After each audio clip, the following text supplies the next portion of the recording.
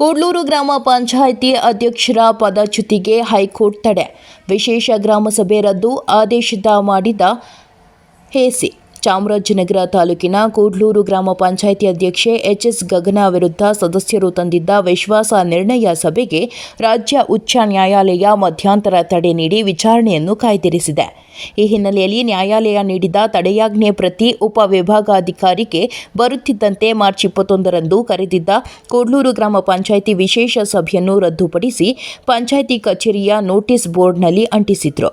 ಹೀಗಾಗಿ ಮಾರ್ಚ್ 21ರ ಬೆಳಗ್ಗೆ 11 ಗಂಟೆಗೆ ನಡೆಯಬೇಕಾಗಿದ್ದ ಸಭೆ ರದ್ದಾಗಿದ್ದು, ಸದಸ್ಯರು ಪಂಚಾಯಿತಿ ಕಚೇರಿಗೆ ಬರಲಿಲ್ಲ.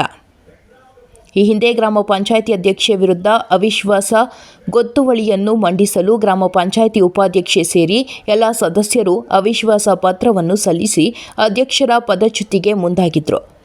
ಕಳೆದ 3 ಬಾರಿಯೂ ಅವಿಶ್ವಾಸ ನಿರ್ಣಯ ಸಭೆಗೆ ಹೈಕೋರ್ಟ್ ತಡೆ ನೀಡುತ್ತಾ ಬಂದಿದೆ. ಈಗ ಮತ್ತೆ ತಡೆ ನೀಡಿ ಸದಸ್ಯರು ವಿಚಾರಣೆಗೆ ಹಾಜರಾಗುವಂತೆ ಸೂಚನೆ ನೀಡಿರುವುದು ಅಧ್ಯಕ್ಷರ ವಿರುದ್ಧ ಮಂಡಿಸಿದ್ದ ಅವಿಶ್ವಾಸಕ್ಕೆ ಹಿನ್ನಡೆಯಾಗಿದೆ. ಗ್ರಾಮ ಪಂಚಾಯಿತಿ ಅಧ್ಯಕ್ಷೆಯಾಗಿರುವ ಗಗನ ಅವರೇ ಅಧ್ಯಕ್ಷರಾಗಿ ಮುಂದುವರಿಸಲು ಸೂಚನೆ ದೊರೆತಿದೆ. ನ್ಯಾಯಾಲಯದಲ್ಲಿ ಅವಿಶ್ವಾಸದ ವಿರುದ್ಧವಾಗಿ ವಕೀಲರಾದ ಪ್ರಕಾಶ್ ಬಿ.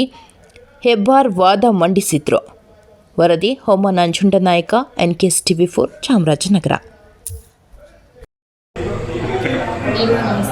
ಕೂಡ್ಲೂರು ಪಂಚಾಯತಿ ಅಧ್ಯಕ್ಷರು ನಮ್ಮ ಈಗಿನ 21/2025 ಇಸ್ವಿ ಏನಿದೆ, ಈ ದಿನ ಕೂಡ್ಲೂರು ಪಂಚಾಯತಿಯಲ್ಲಿ ಅಧ್ಯಕ್ಷರ ವಿರುದ್ಧ ಅವಿಶ್ವಾಸ ಇತ್ತು.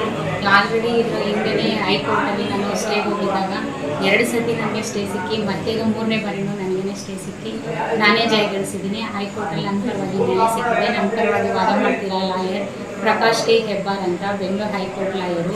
ಇವತ್ತೇ ಅವಿಶ್ವಾಸನೆ ವಹಿಸೋರು ಆನ್ಲೈನ್ ಮುಖಾಂತರ ಇದು ತಡೆಯಾಗಿದೆ. ಇನ್ನೇನು 1ನೇ ತಾರೀಕು ತನಕ ಇದನ್ನು ತಡೆ ಮಾಡಿ ಅಂತ ಆನ್ಲೈನಲ್ಲಿ ಕಳಿಸಿದ್ದಾರೆ. ಇದನ್ನು ಪಂಚಾಯಿತಿಯಲ್ಲಿ PDO ಅದನ್ನು ನೋಟಿಸ್ ಬೋರ್ಡ್ ಕಳಿಸಿದ್ದಾರೆ.